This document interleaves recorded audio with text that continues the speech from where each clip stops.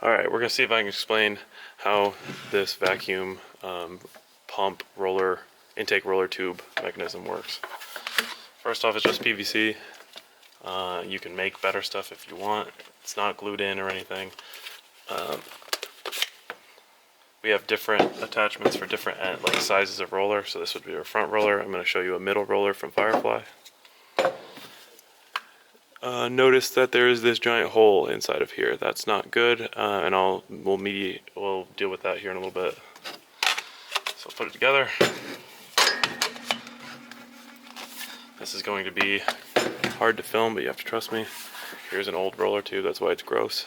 It's been used. I took it off to show you the video in this video. Put it in. You can see either end is a little bit long. And we're going to try to, it's not the easiest thing in the world, peel it over both sides. Before I do the other side, I'm going to just take this round shaft and drop it in there and make sure that it covers that hole in the bottom of the T.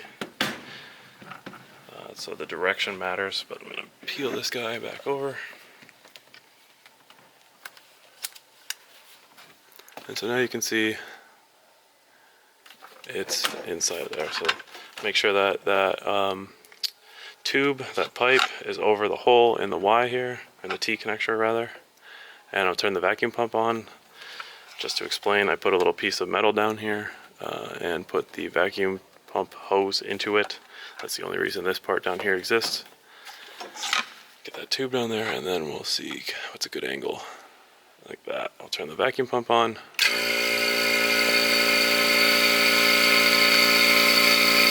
So you can immediately see it opens up. In this case, turn that off real quick. Here we have our assembled roller. This is not a foam roller. This is using TPU. It's still flexible, but still hard to get the silicone over. So I have that ready to go, and it's the right length. Turn that. Show you one more time. Turn the vacuum pump on. See how it opens up. And I can just insert the roller all the way in. So now that the roller's in, I'll just center it. Turn the vacuum pump off. You can hear it's leaking. It doesn't have to be a perfect seal. All we're trying to do is make a bigger opening. I can then peel over this edge. Go to the other side. Peel over this edge. Oops.